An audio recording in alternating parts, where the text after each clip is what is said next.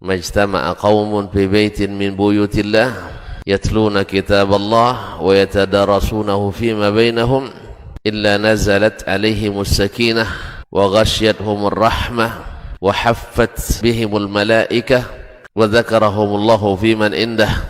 Tidaklah suatu kaum duduk di salah satu rumah Allah membaca ayat-ayat Allah dan sama-sama mempelajarinya kecuali turun kepada mereka as-sakinah, ketentraman dan kenyamanan, wa ghasyiyatuhumur rahmah, dan mereka diliputi pula oleh rahmat, kasih sayang dari Allah Subhanahu wa taala, wa haffat bihimul malaikah, dan mereka pun dikelilingi oleh para malaikat karena malaikat suka majlis-majlis zikir dan ilmu.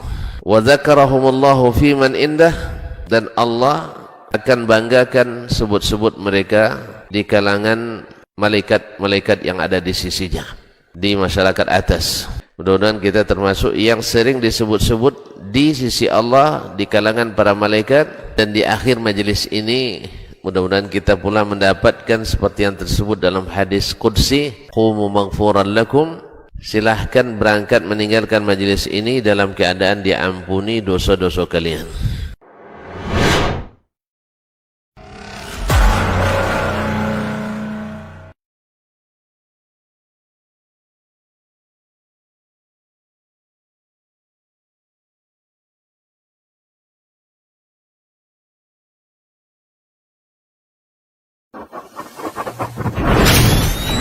Robbani, merajut ilmu dan peradaban.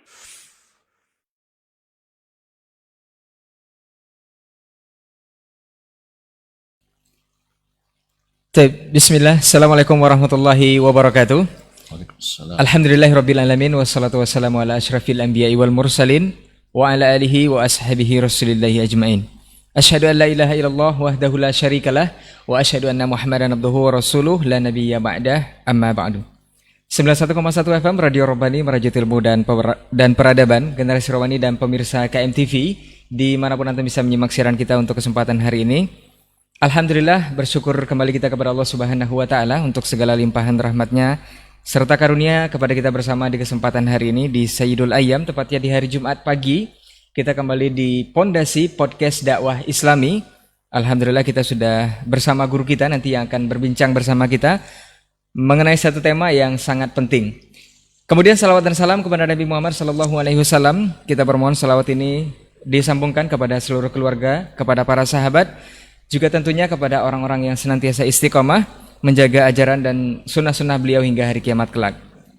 Baik, generasi Robbani dan pemirsa KMTV juga sahabat Pondasi, alhamdulillah kita sudah sampai di Pondasi edisi ke-8 untuk kesempatan pagi hari ini, dan alhamdulillah juga kita sudah bersama guru kita yang lumayan padat jadwal beliau ini, dan alhamdulillah untuk kesempatan pagi hari ini kita bisa bersama untuk satu tema yang beberapa pekan yang lalu sempat tertunda. Kita kalau di episode sebelumnya kita masih berbicara untuk bisa kembali ke dasar atau kembali ke basic.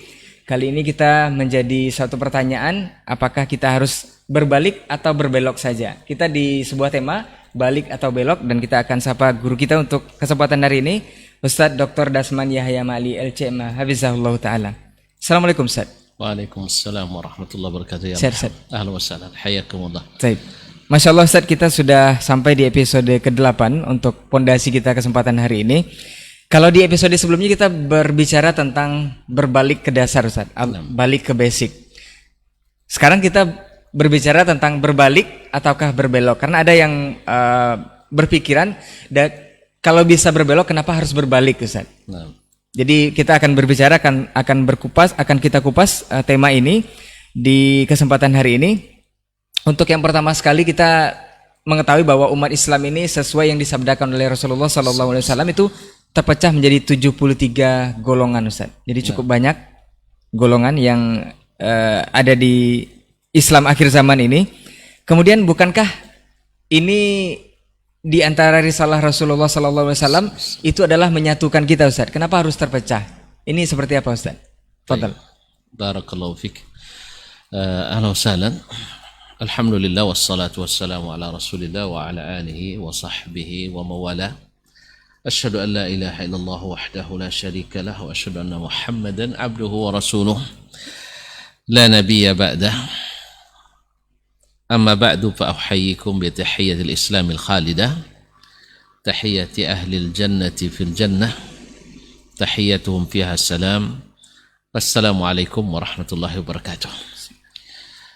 Ikhwani wa akhawati fillah, baik yang mendengarkan melalui Radio Rabbani 91,1 FM atau menyaksikan melalui media live streaming KMTV, Saudi TV dan Rabbani TV serta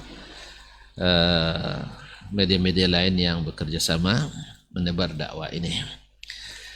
Pertama bersyukur kita pada Allah SWT bahwa atas rahmat Allah dan atas hidayahnya serta taufiknya kita masuk dalam barisan umat Nabi Muhammad sallallahu alaihi wasallam yang dengannya kita disatukan dengan dua kalimat yang lebih berharga dari dunia dan seisinya, itu kalimat la ilaha illallah Muhammadur Rasulullah, yang mengikat kita untuk senantiasa sama-sama mengikhlaskan agama ini kepada Allah dan menyatukan kita dalam kalimat Muhammadur Rasulullah, yaitu tidak bertindak, tidak berlaku, tidak bersikap dalam agama ini kecuali dengan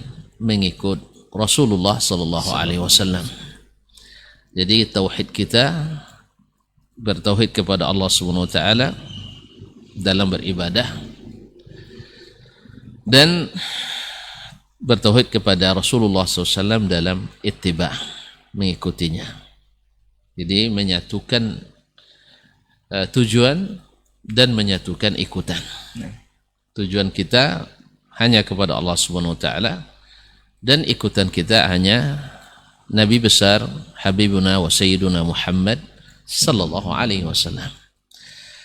Nah, alhamdulillah kalau kita kembali ke sejarah awal Islam ini, ya karena memang tidak lepas apa yang terjadi sekarang ini daripada apa yang direfleksikan oleh sejarah dakwah Nabi alaihi salatu wassalam. Seperti yang kita singgung pada podcast atau pondasi sebelum ini, bahwa Nabi alaihi salatu wassalam dibangkitkan, diutus di tengah masyarakat yang berserak, yang melakukan agama atau beragama menurut perasaan, menurut pikiran, sehingga bermacam-macam yang dilakukan, sehingga mudah sekali mereka untuk tersulut oleh api permusuhan, perselisihan yang berkepanjangan, bahkan keraguan serta kebimbangan, sehingga mereka pun mengambil tandingan-tandingan atau sekutu bagi Allah Tabaraka wa Ta'ala di tempat yang lahirnya tauhid di Jazirah Arab, di Makkah Al-Mukarramah. Lalu Nabi SAW diutus untuk menyatukan atau mengumpulkan yang berserak ini, menyatukan yang beracak, merapikan yang tidak teratur ini, menebar keadilan dengan cahaya wahyu ilahi Al-Quran dan Sunnah Nabi SAW. Oleh itu Allah ingatkan, dalam surat Ali Imran, wa'tasimu bihablillahi jami'an wa la tafarraqu, berpegang teguhlah kalian dengan tali agama Allah. Tali Allah yaitu agamanya, semuanya. Jadi bukan sebagian, semuanya mesti berpegang teguh. I'tisam, berpegang teguh. Wa la tafarraqu, jangan bercerai-berai. Artinya jangan ambil tali-tali lain. Jangan ambil tali-tali lain. Itu tali yang Allah turunkan. Kemudian Allah ingatkan. Apa Allah ingatkan? Wazkuru ni'matallahi alaikum. Ingatlah olehmu nikmat-nikmat Allah kepadamu. Apa itu? Iz kuntum a'daan. Dulu kalian sebelum Allah turunkan ini bermusuhan. Fa'allafa baina qulubikum. Lalu Allah pertautkan antara hati kalian. Dengan tali ini Allah ikat. Iz kuntum a'daan fa'allafa baina qulubikum fa asbahtum bi ni'matihi ikhwana, sehingga dari nikmat Islam itu yang Allah turunkan kalian menjadi bersaudara. Hilang sekat-sekat, suku-suku, kabilah-kabilah, bangsa-bangsa, ras dan sebagainya. Ikhwana. Kemudian wazkuru ni'matallahi alaikum iz kuntum a'daan fa'alafa baina qulubikum fa asbahtum bi ni'matihi ikhwana wa kuntum ala syafa hufratin minan nar. Kalian dulu karena sudah terpecah belah itu, tidak ada ikutan, hampir saja kalian jatuh ke jurang neraka. Fa'anqadhakum minha. Allah selamatkan kalian daripadanya dengan tauhid yang Allah ajarkan. Iz kuntum a'daan fa'anqadhakum minha kadzalika yubayyinu Allahu lakum ayatihi la'allakum tattaqun atau tahtadun. Demikianlah Allah telah jelaskan kepada kalian ayat-ayatnya. Jelas ya bahwa yang menyatukan kalian adalah tali Allah Subhanahu wa taala. Wahyu ini, agama ini. Kemudian yang dulu kalian bercerai-berai sekarang sudah disatukan. Dulu hati kalian saling membenci, sekarang sudah saling mencintai. Kalian dulu dengan kerusakan tauhid yang kalian lakukan hampir kekal di neraka, lalu Allah selamatkan. Oleh sebab itu perhatikanlah keterangan yang Allah jelaskan ini agar kalian bertakwa. Kaum muslimin dan muslimat, para pendengar dan para pemirsa yang dirahmati Allah SWT, di ujung ayat ini setelah Allah menyebutkan nikmatnya kita dipersatukan, Allah ingatkan lagi, wala takunu kalladzina tafarraqu wakhtalafu min ba'di ma ja'ahumul bayyinat. Jangan kalian menjadi seperti orang-orang yang bercerai-berai dan berselisih setelah datang keterangan-keterangan dari Allah. Siapa mereka? Yang mendapatkan keterangan dari Allah, Yahudi dan Nasrani. Jangan seperti mereka. Kapan mereka bercerai-berai? Setelah datang keterangan. Walahum azabun azim. Mereka mendapat azab yang besar. Artinya apa? Ikhwani akhwati fillah, Allah jelaskan bahwa nikmat yang besar adalah kita disatukan dengan Al-Quran dan Sunnah Nabi alaihissalatu wassalam. Kemudian diingatkan, karena ini sudah dijelaskan, jangan bercerai-berai, jangan berselisih setelah datang keterangan. Nah, ikhwani fillah, tadi pertanyaannya, kita Masya Allah satu umat, satu Allah, satu Rasulullah sallallahu alaihi wasallam. Tapi kenapa mereka bercerai-berai? Apakah kita tidak bisa disatukan? Kalau tidak bisa, kita jawab bisa saja. Allah SWT sudah menyatukan kita. Bahkan sudah ingatkan tadi bahwa dengan menyatukan ikutan, yaitu Rasulullah SAW, mereka selesai. Mereka bersatu.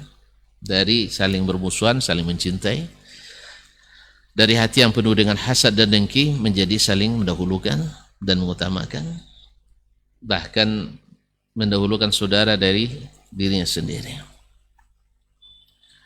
Dan jalan inilah yang telah ditunjukkan Allah SWT dalam firman-Nya surat Al-An'am ayat 153, wa anna hadza sirati mustaqiman fattabi'uh. Inilah jalanku yang lurus, ikuti. Allah suruh Nabi mengingatkan, ini jalanku yang lurus, ikuti. Wala tattabi'us subula.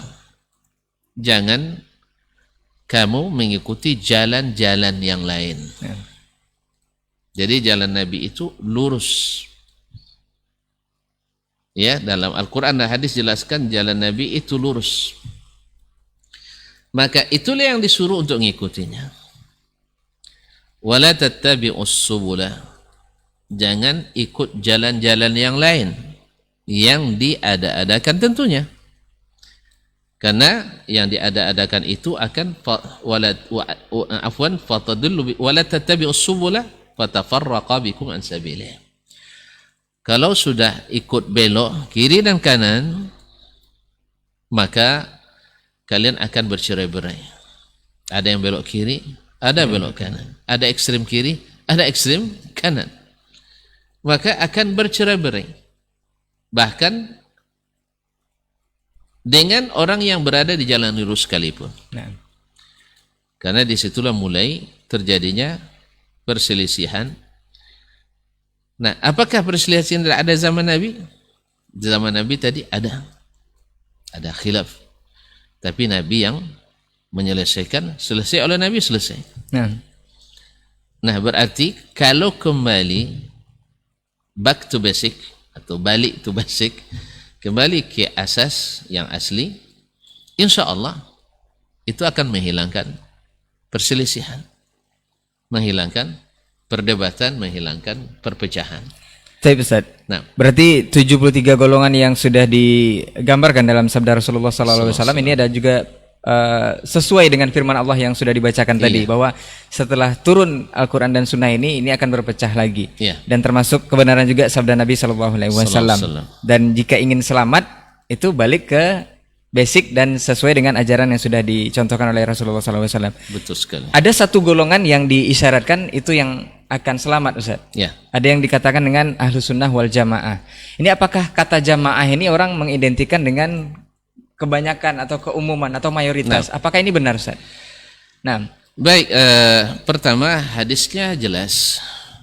Ya, ada juz hadis yang memang khusus membahas tentang masalah sataftariqu ummati ala 73 firqah. Kulluha fin nar illa wahidah. Umat ini setelah Allah Nabi menjelaskan bahwa Yahudi terpecah menjadi 71 golongan. Nasrani berpecah pula menjadi 72 golongan. Nah, umat ini terpecah pula menjadi 73 golongan. Ma'asyiral ikhwah wal akhwat dirahmati Allah. Pertama harus kita pahami bahwa perpecahan dan perselisihan ini itu sudah merupakan sunnatullah. Sudah merupakan sunnatullah yang tidak mungkin kita tolak.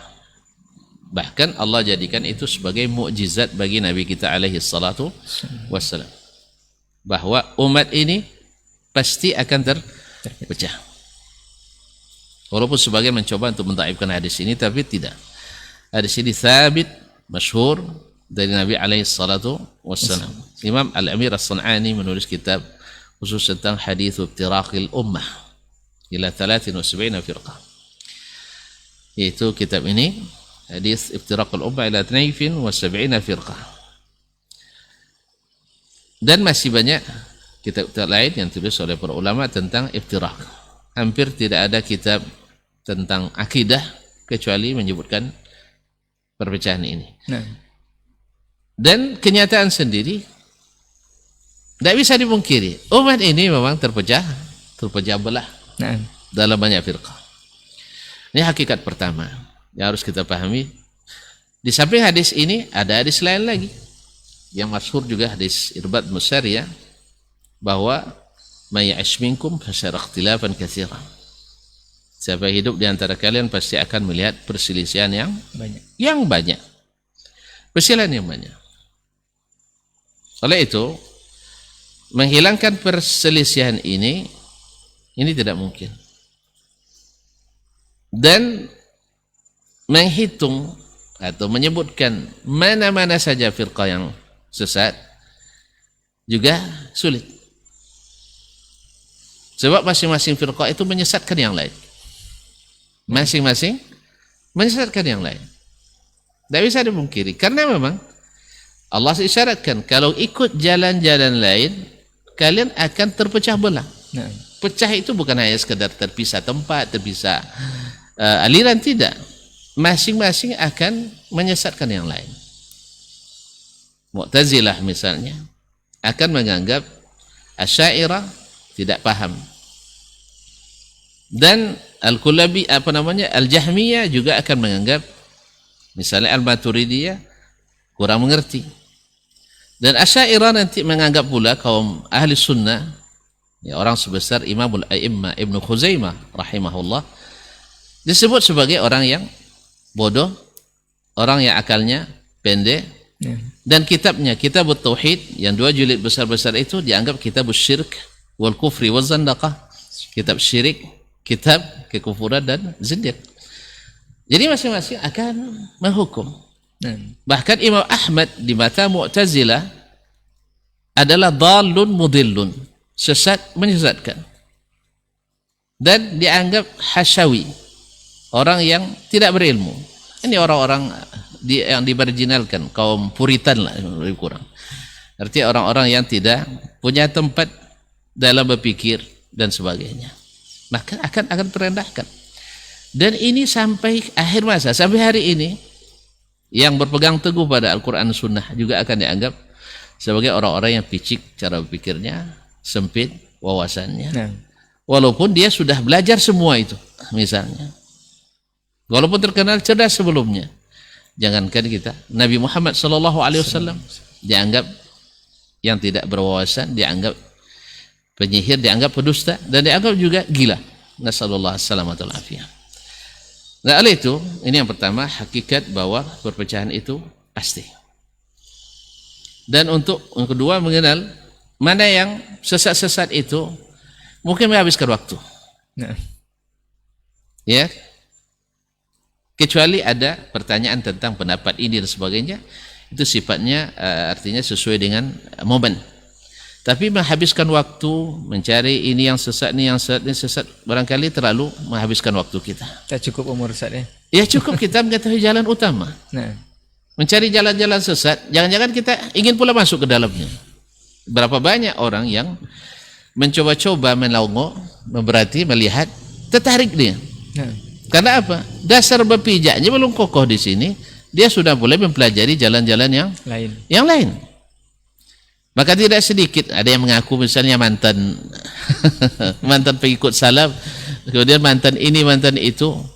Ya kita lihat, kenapa jadi mantan? Karena tidak bertahan. Kalaupun betul dia mantan, ya jangan-jangan hanya sekedar melongo, duduk sebentar, habis itu hatinya tidak puas, tidak ngerti, dan tidak menerima. Ya walaupun duduk bersama majelis ilmu, tetapi kalau hati tidak menerima, juga tidak masuk hidayah. Tahu pun, paham pun, tapi tidak mengikuti, tidak ada apa hidayah. Karena hidayah itu harus diikuti, bukan hanya diketahui. Ini yang kedua, bahwa mengetahuinya. Nah, yang ketiga adalah mengetahui mana yang satu itu. Ini lebih memudahkan. Dan Nabi SAW,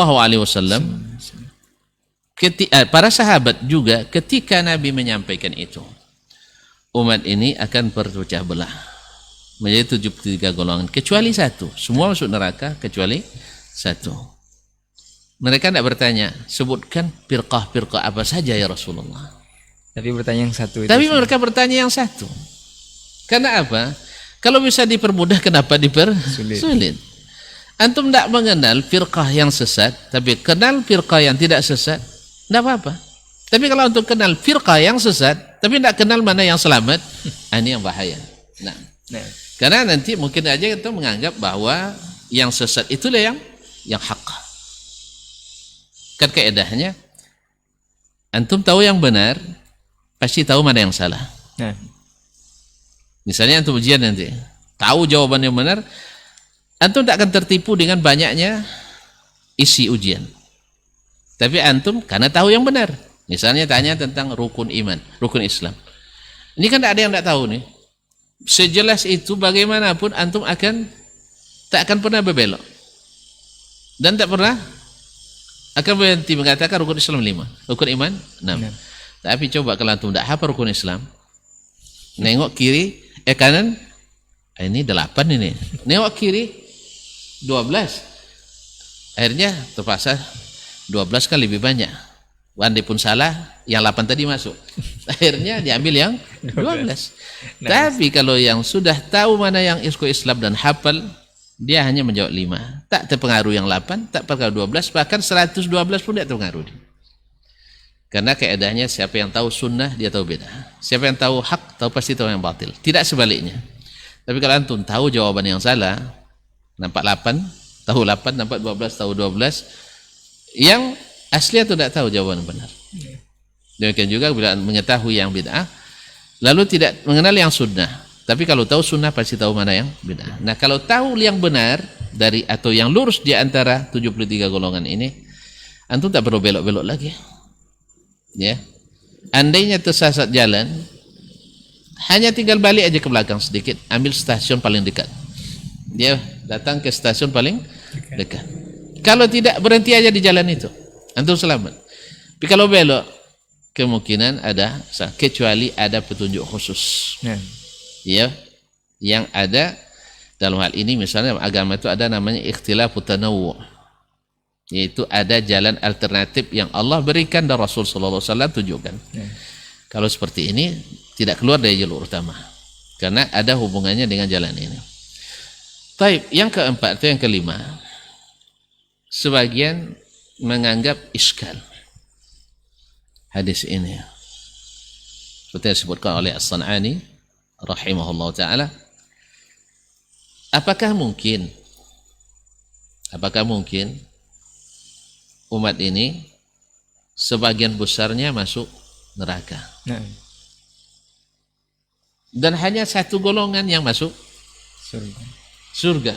Padahal umat ini dalam hadis lain disebutkan inna hadhil ummatun marhumah. Umat ini umat yang diberi rahmat.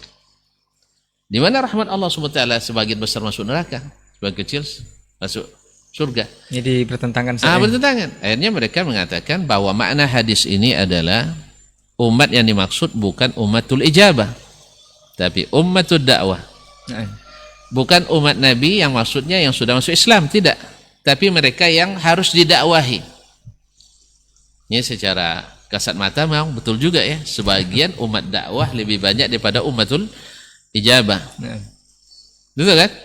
Cuman yang begini, pertama tafsiran ini tidak sesuai dengan siaknya hadis. Sebab hadis menyebut Yahudi terpecah, Nasrani terpecah, dan umat ini terpecah. Berarti Yahudi kan sekarang umatul dakwah, Nasrani umatul dakwah. Berarti yang dimaksud di sini adalah umatul ijabah, berarti umat Islam.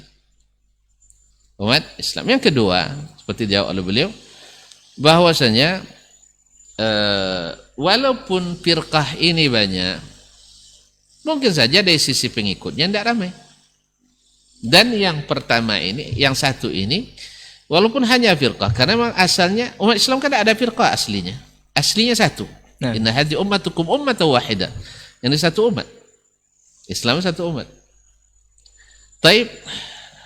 Maka bisa saja golongannya banyak, pengikutnya tidak banyak. Ini juga menjadi berita gembira bagi kita. Kemudian ikhwani fillah, bahwasanya pada umumnya ketika Nabi secara mutlak menyebut umatku dalam banyak hadis, maksudnya adalah ummatul ijabah. Ketika Nabi menyebut umatku, akan ada pada umatku, akan ada suatu kaum di umatku, dan seterusnya, ini pada umumnya adalah ummatul ijabah, umat Islam sendiri. Nah, oleh sebab itu, wallahu ta'ala alam, maka yang dimaksud dengan yang 73 ini adalah ummatul ijabah, bukan ummatul ad-da'wah. Kalau kita tahu demikian, berarti di antara umat ini, kalau di sisi golongannya, lebih banyak yang berpotensi menyimpang masuk neraka. Dan ini searah dengan hadis Nabi SAW yang mengatakan, atau beliau membuat garis lurus. Waktu itu di tanah lurus besar. Berarti jalan, sebenarnya jalannya besar ini. Jalan utama. Nah. Kemudian Nabi buat di kiri kanannya banyak garis. Jalan ini disebut Nabi, ini jalan saya. Satu aja.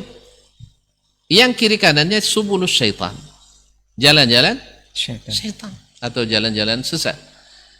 Kecil-kecil. kecil-kecil ganggangnya, tapi di atas setiap pintunya di awal pangkal jalan itu ada syaitan yang memanggil untuk masuk ke dalamnya. Dan biasanya juga dalam riwayat lain disebutkan ada samar-samar, tirai yang samar. Remang-remang selalu mempercantik, yang buruk pun nampak cantik juga kalau sudah masuk. Buat penasaran juga. Buat penasaran memang. Ya, coba antum lihat kalau sesuatu dikasih kalau istilah gambar diblurkan sedikit, penasaran. Nampak dikit tekilatnya kan. Kalau di ruang remang-remang berjerawat pun seperti bintang nampak. Allah musta'an.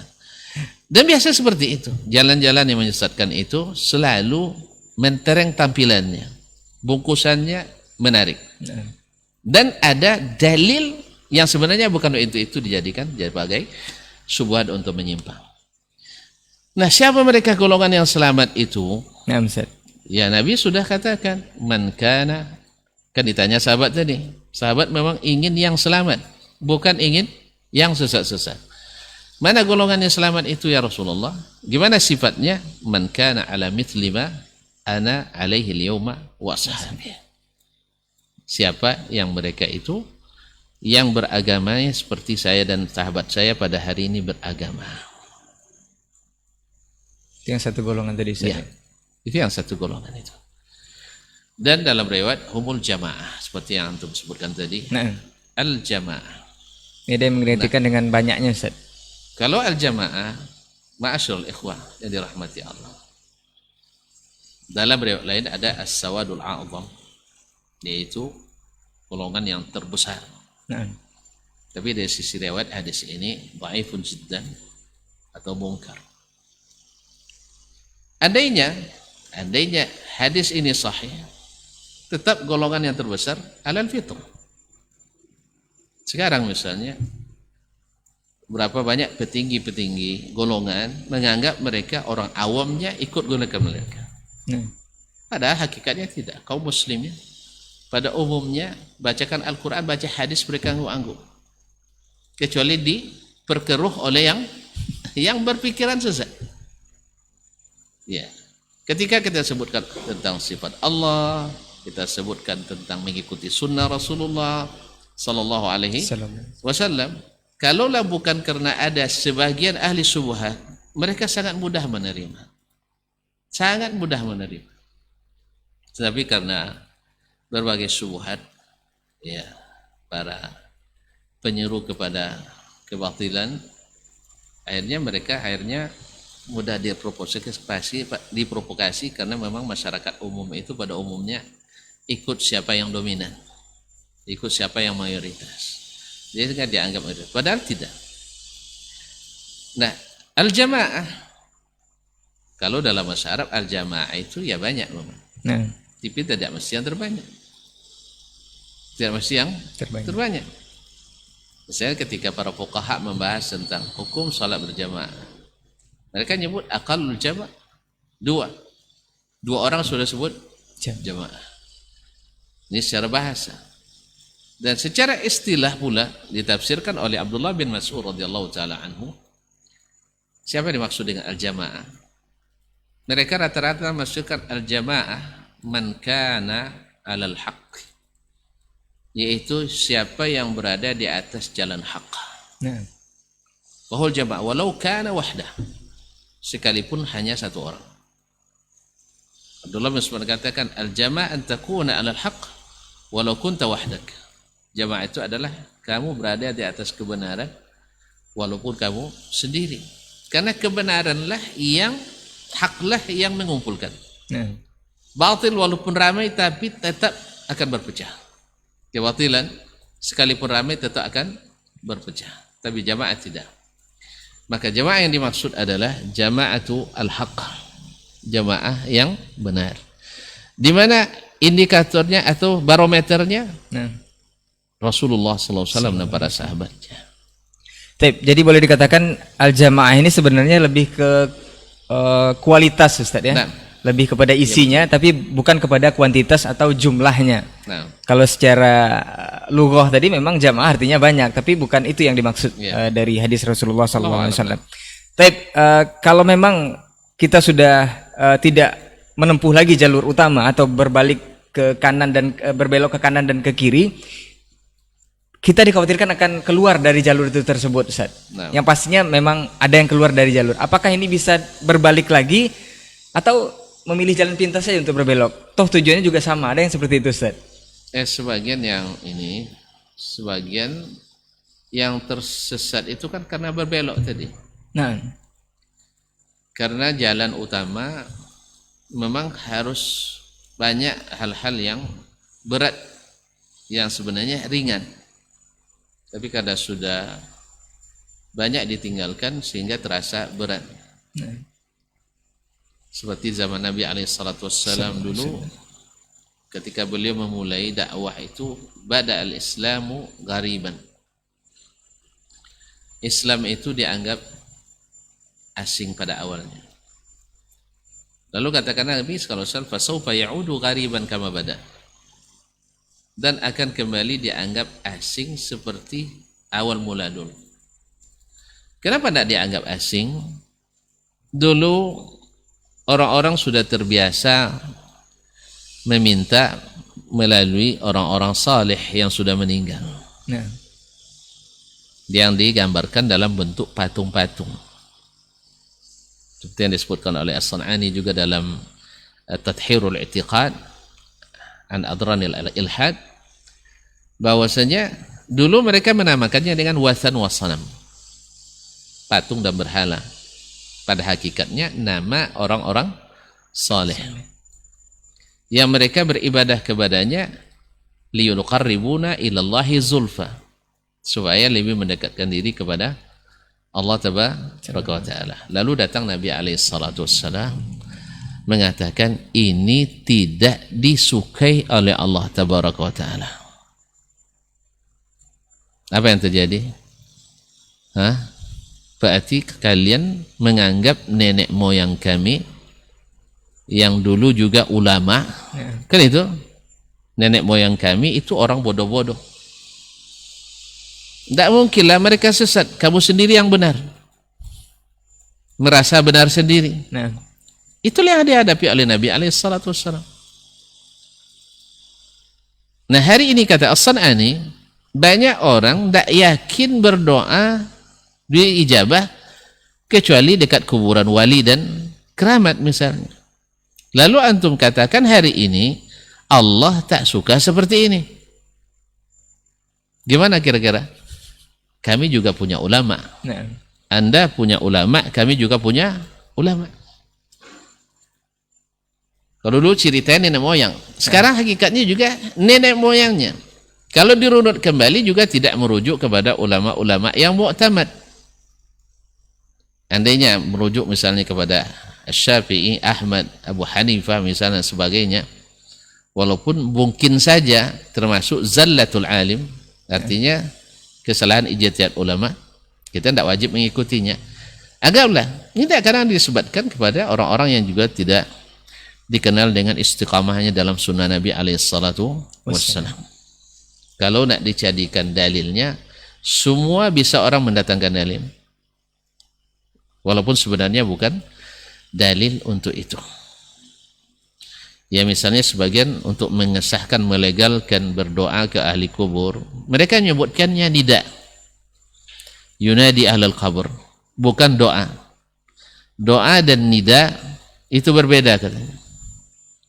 Subhanallah, seperti yang disebutkan oleh salah seorang mufti terakhir di Hijaz, di kerajaan Syarif Hussein dulu, yang menjadi rujukan dalam hal ini di negeri-negeri yang seperti kita. Dia mengatakan beda antara nida dengan doa. Doa hanya kepada Allah betul, tapi nida memanggil boleh kepada orang yang sudah mati. Allah Subhanahu wa taala, kaum muslimin dan muslimat, dan Nabi alaihi salatu wassalam dalam Al-Qur'anul Karim menyamakan antara doa dengan nida. Menyamakan antara doa dengan nida. Wa nada Nuh rabbahu. Nuh berdoa kepada, menggunakan kalimat nada. Naam. Wa Yahya iznada, dan Nabi Yahya juga iznada rabbahu nidaan khafiyya, ketika dia berdoa kepada Rabbnya dengan doa yang lirih. Kok antum membedakan untuk mengesahkan yang salah ini sehingga dibedakan antara nida dengan doa. Sama juga sekarang orang untuk mengingkari Allah di atas. Nah, kenapa antum berdoa naiknya ke atas? Dikatakannya kiblat doa adalah Di atas. di atas. Siapa yang bilang? Mana dalilnya? Mana dalilnya? Mana ajaran dari Nabi SAW bahwa bila berdoa menghadap ke langit? Tidak ada. Kalau antum berdoa menghadap ke kiblat, kiblat doa adalah ke Ka'bah. Yang masalahnya sekarang hati antum kenapa ke atas? Karena memang antum menyeru yang di atas. Jadi intinya kaum muslimin dan muslimat dirahmati Allah,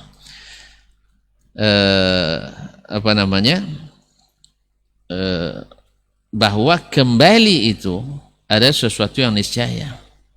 Jangan coba-coba belok dengan mengira-ngira. Nah, Tapi kalau seandainya ada petunjuk bahwa di sini boleh belok, nanti gabung lagi di sana atas petunjuk syar'i, itu boleh diikuti. boleh diikuti. Iya. Tapi kalau katanya harus balik, karena memang petunjuk Allah SWT, fa in tanaza'tum fi syai'in farudduhu ila Allah wa Rasul. Nah, Kalau kalian berbeda pendapat, balik ke Allah dan Rasul, bukan balik ke ulama lagi. Karena ulama ada ikhtilaf dia. Kalau balik ulama tidak akan selesai ikhtilaf nanti. Allah katakan kembali kepada Allah dan Rasul. Lalu ulama itu bodoh. Antum jangan coba katakan ulama, masa ulama bodoh. Awak aja yang tidak ulama dibilang bodoh, tidak mau kita. nah, Masa ulama dibilang bodoh? Tidak mungkin kita mengatakan ulama bodoh. Yang ada adalah ulama berijtihad, bisa saja salah. Di mana kita tahu salahnya? Dari ulama yang lain yang mengemukakan dalil yang lebih kuat. nah, Kita bukan mengada-gada sendiri. Misalnya Imam 4 nanti sepakat mengatakan ini tidak disyariatkan, lalu kita lawan sendiri. Nah, itu baru lain. Walaupun kenyataannya banyak melakukan itu. Sepakat ulama 4 tidak melakukan ini, ya, lalu kita melakukannya sendiri seolah-olah. Ya, kalau dibalikkan lagi logika tadi, kita lebih hebat dari imam yang 4 tadi. Atau imam setelahnya lebih hebat dari imam yang 4, atau para sahabat, dan seterusnya. Tentu kita tidak akan mengatakan itu. nah, Tidak mungkin kita mengatakan ulama itu tidak pandai, ulama itu bodoh, ulama itu auzubillah.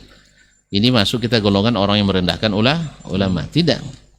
Karena harus diingat selalu bahwa mengatakan yang salah itu salah bukan berarti merendahkan, bukan berarti menghina. Ya, dan orang yang salah tidak selamanya bodoh. Karena orang pintar juga bisa salah. Orang pintar bisa tersesat. Orang pintar bisa tersesat. Bisa tersesat. Contohnya, antum tahu bagaimana Imam Mu'tazilah Wasil bin Atha nah, ketika berguru sama Al-Hasanul Basri, jadi murid terkenal dia.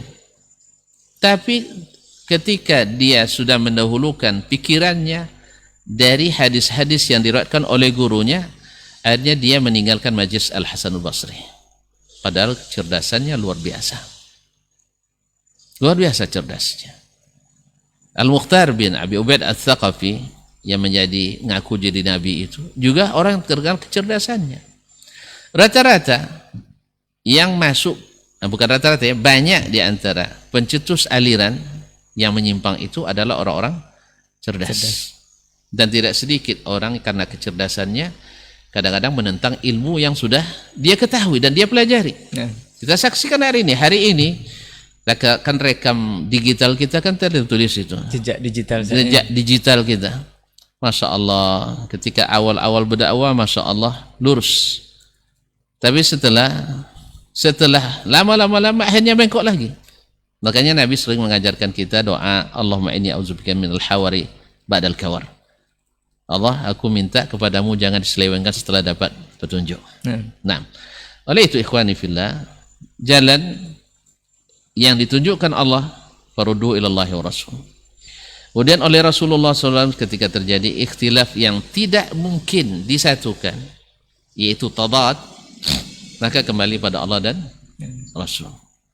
Ini juga sekaligus membuktikan bahwa perkataan Allah, perkataan Rasul bisa dengan mudah dipahami.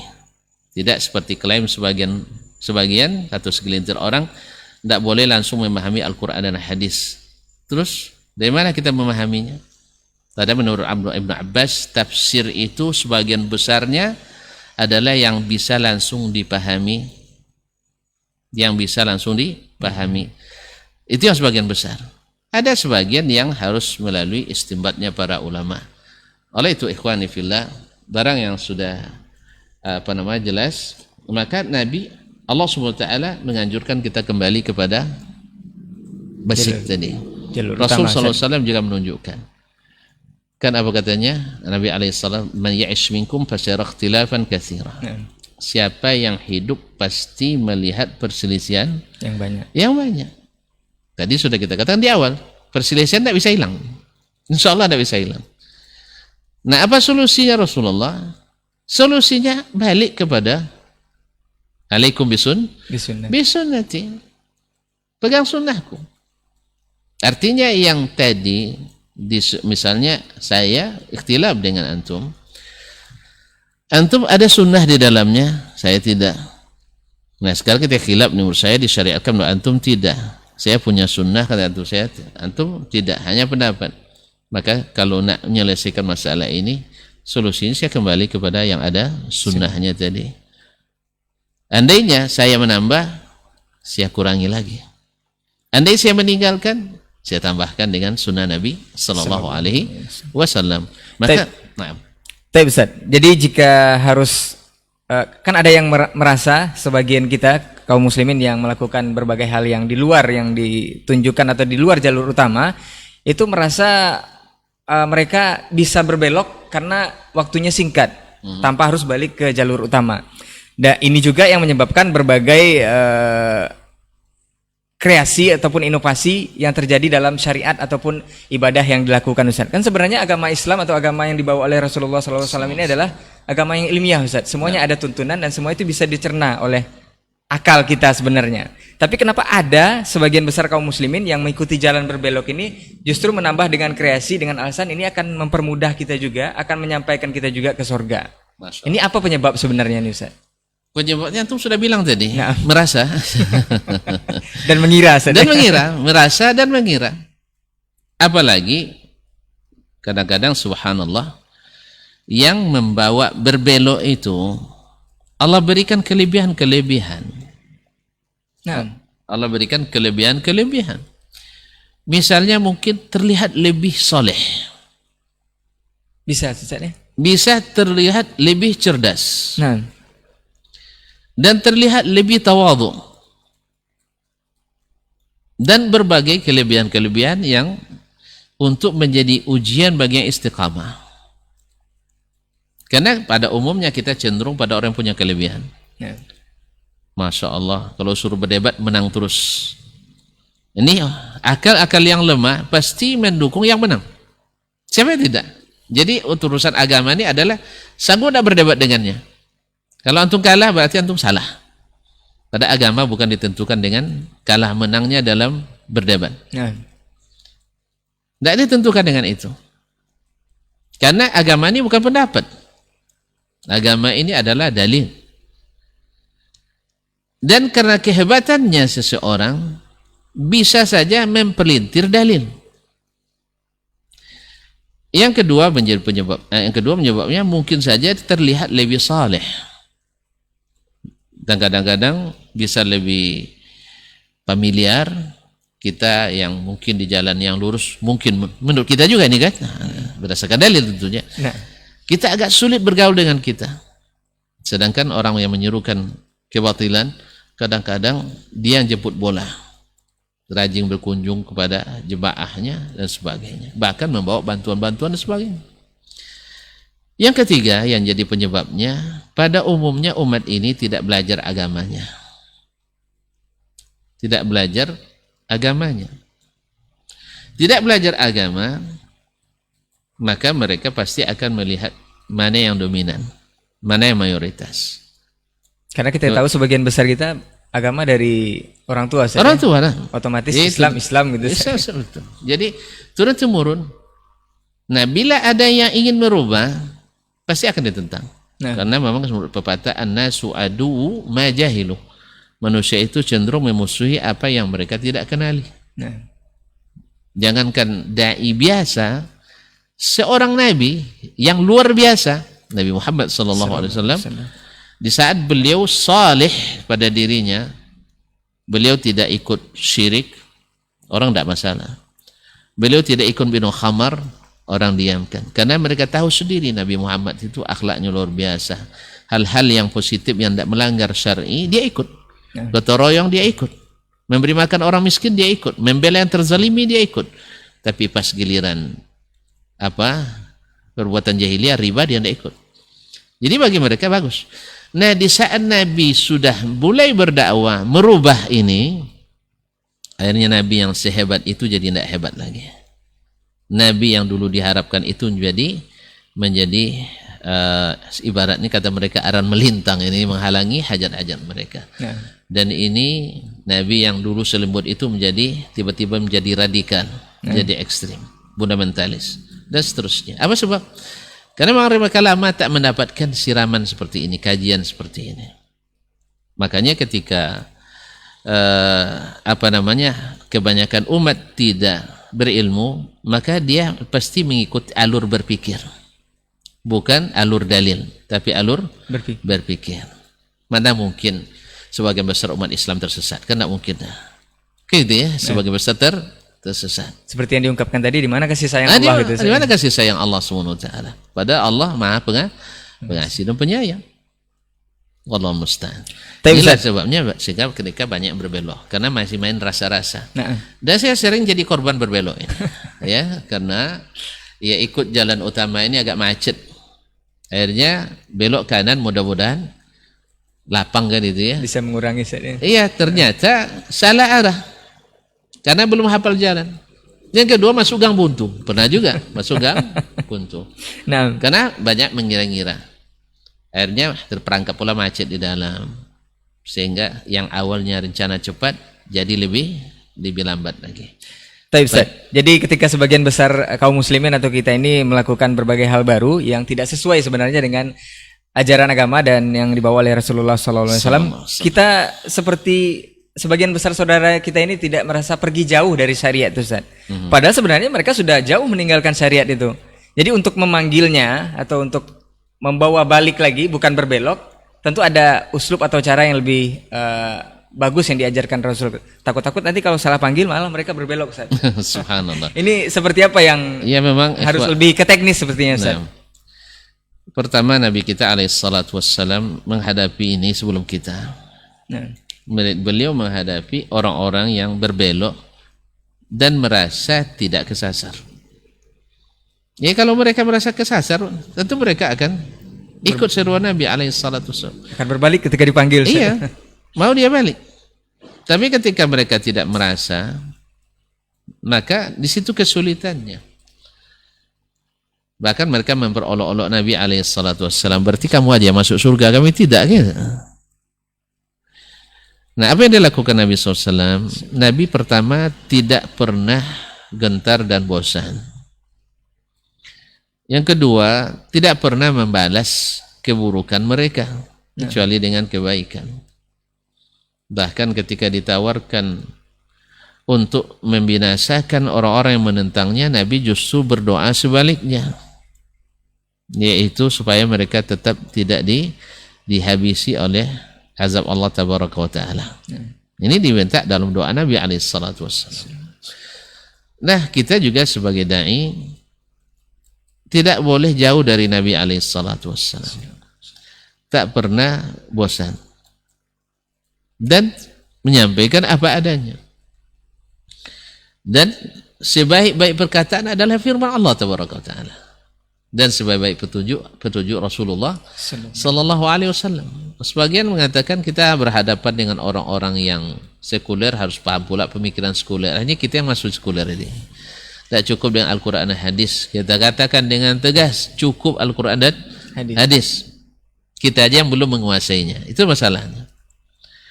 Alhamdulillah, mereka dengan bacaan Al-Quranul Karim, dengan hadis-hadis Nabi alaihi salatu wassalam, kebanyakan mereka dapat petunjuk. Sampai hari ini Kebanyakan dapat petunjuk dengan Al-Quran dan hadis Nabi SAW, bukan dengan adu argumen pada umumnya. Walaupun itu tidak dilarang selama argumentasinya tidak bercanggah dengan dalil-dalil syar'i. Itu yang mungkin kita bisa lakukan. Kemudian bersabar atas segala tantangan yang dihadapi, baik langsung maupun tidak langsung. Dicemooh, direndahkan, diprovokasi, dipersekusi. Ini dialami semua oleh Nabi SAW. Maka bersabarlah. Ya, tidak perlu dijawab.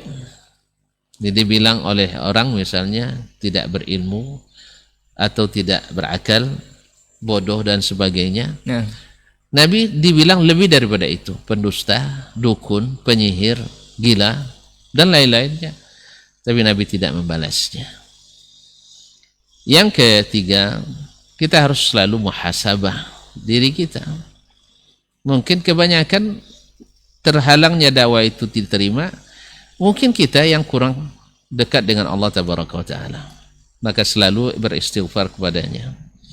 Jangan sampai Allah yang murka kepada kita. Yang keempat, jangan mengandalkan apa yang kita miliki, tapi andalkanlah apa yang Allah berikan kepada kita. Yang kelima, selalu berdoa kebaikan dan jauhkan doa-doa keburukan. Yang keenam, selalu belajar ya dalam berkomunikasi. Karena masalah ada sebagian dakwah itu wasilahnya berkembang. Tidak bisa dengan pidato, ajak dengan dialog. Kalau bisa dengan dialog, dengan berkunjung, saling memberi hadiah. Dan di saat diam, mesti diam. Di saat berbicara, mesti berbicara. Dan pilih momen yang terbaik.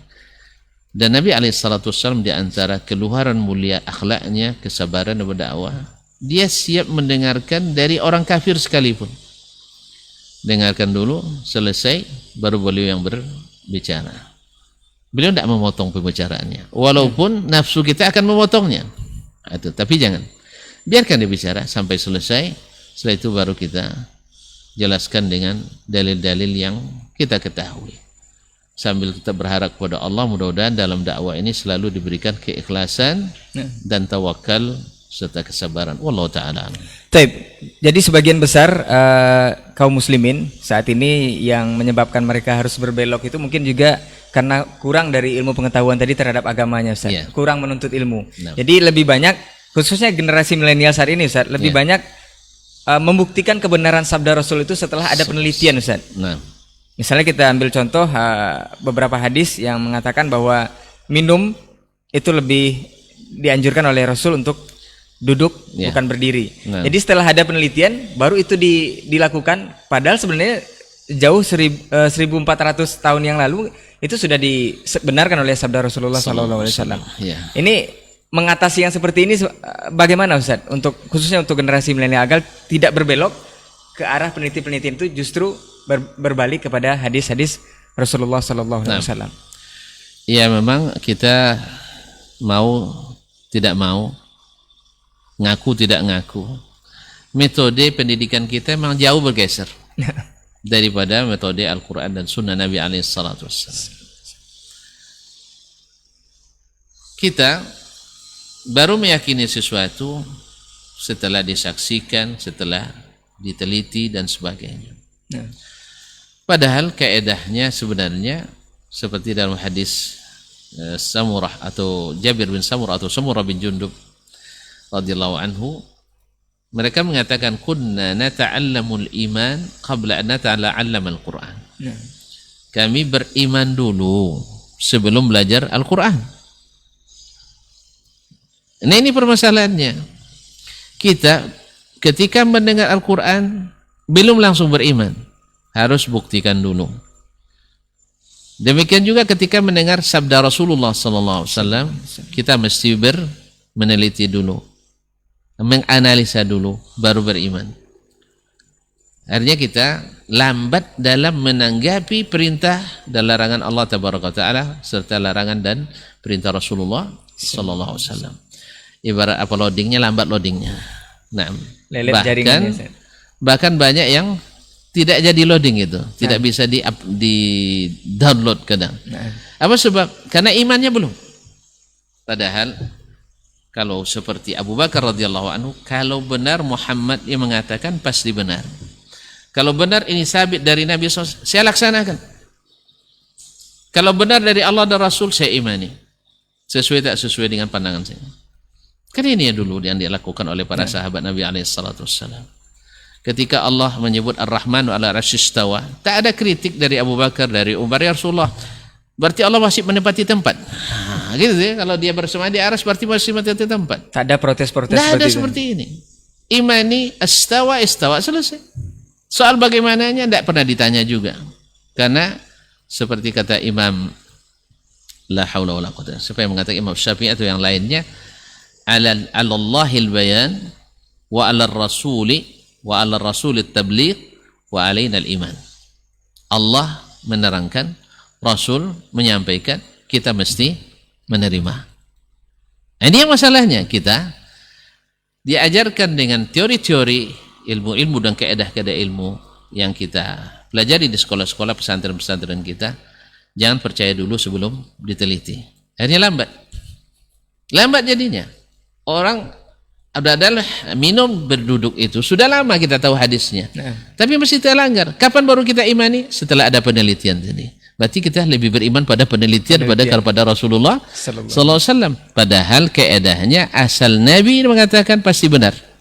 Asal sahih dari Rasulullah sallallahu alaihi wasallam. Jadi ini yang kita harapkan, mudah-mudahan pendidikan kita dibangun di atas dasar ini. Ya, ketika belajar hadis, belajar tafsir, belajar hadis, kita harus dahulukan yakin kebenarannya, beriman kepadanya. Setelah itu mau memperkuat dengan penelitian, silahkan. Tanpa penelitian pun kita sudah beriman. Sehingga loadingnya cepat dan amalannya cepat. Karena man batta'a bihi amalu lam yusri bihi nasabu. Siapa yang lambat amalnya, nasabnya, predikatnya, titelnya tak bertepat jalan langkahnya dalam agama ini. Wallahu taala alam.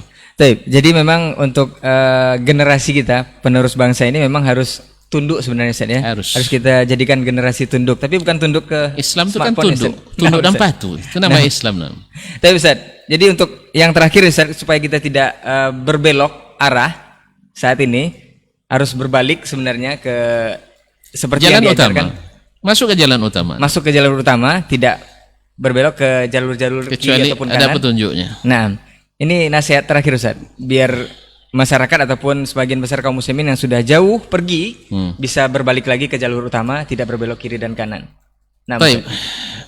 Nasihat saya pada diri sendiri, karena termasuk di awal-awal belajar agama ini, termasuk yang mengatakan bahwasanya banyak jalan menuju Roma.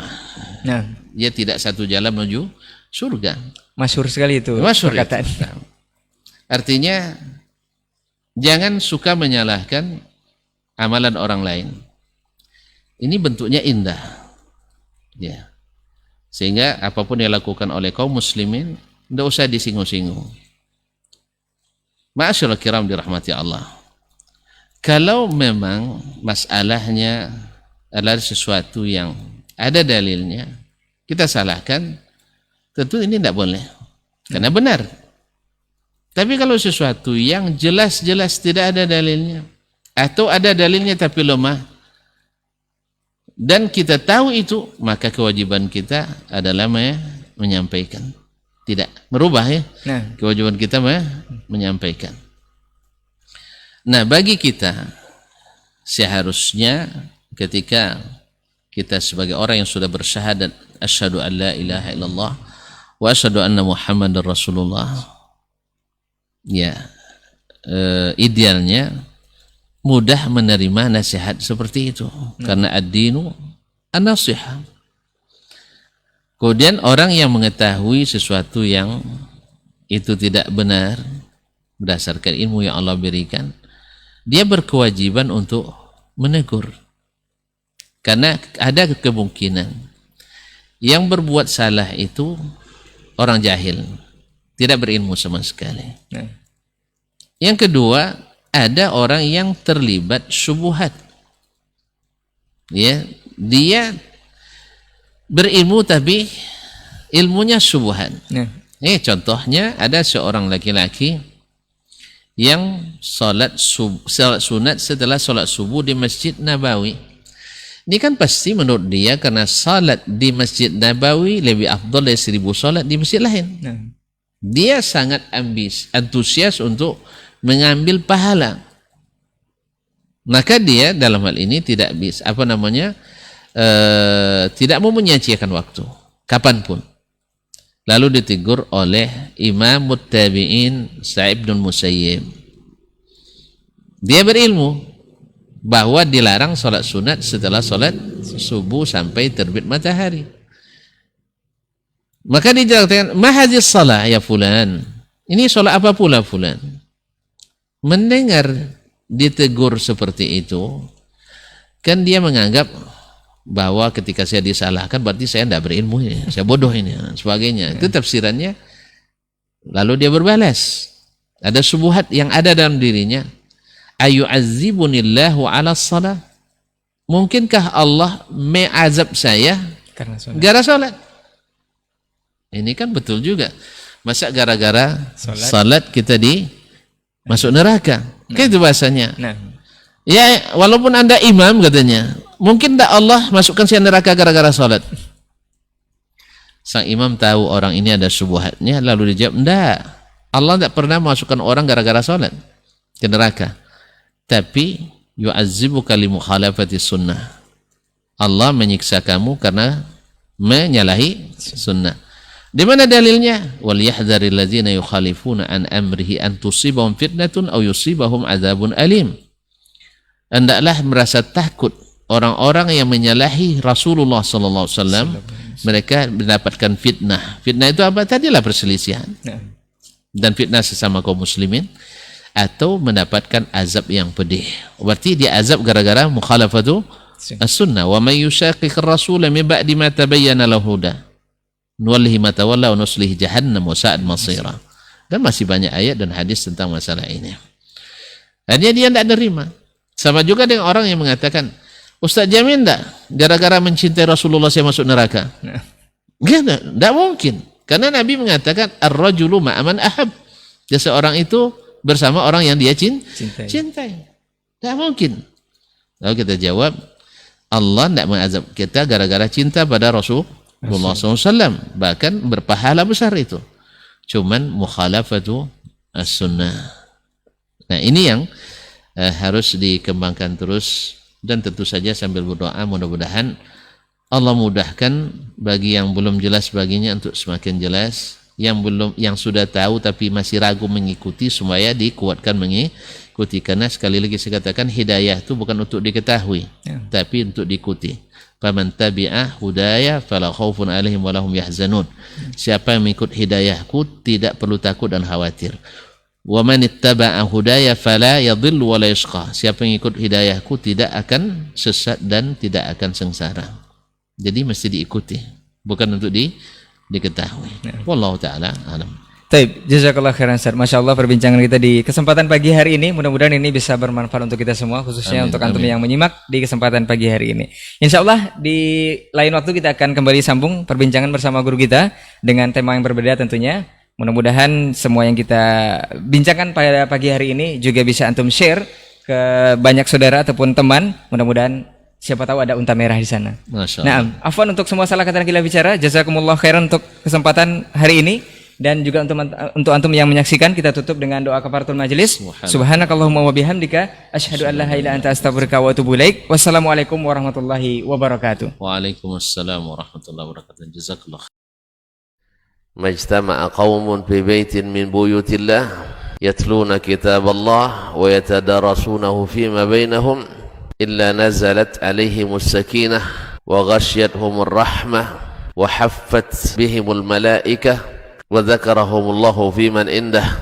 Tidaklah suatu kaum duduk di salah satu rumah Allah membaca ayat-ayat Allah dan sama-sama mempelajarinya, kecuali turun kepada mereka as-sakinah, ketentraman dan kenyamanan. Wa ghasyiyatuhumur rahmah, dan mereka diliputi pula oleh rahmat, kasih sayang. dari Allah Subhanahu wa taala, wa haffat bihimul malaikah, dan mereka pun dikelilingi oleh para malaikat, karena malaikat suka majlis-majlis zikir dan ilmu. Wa dzakarahumullahu fi man indah, dan Allah akan banggakan sebut-sebut mereka di kalangan malaikat-malaikat yang ada di sisinya, di masyarakat atas. Mudah-mudahan kita termasuk yang sering disebut-sebut di sisi Allah di kalangan para malaikat, dan di akhir majelis ini mudah-mudahan kita pula mendapatkan seperti yang tersebut dalam hadis qudsi, qumu maghfuran lakum, silahkan berangkat meninggalkan majelis ini dalam keadaan diampuni dosa-dosa kalian.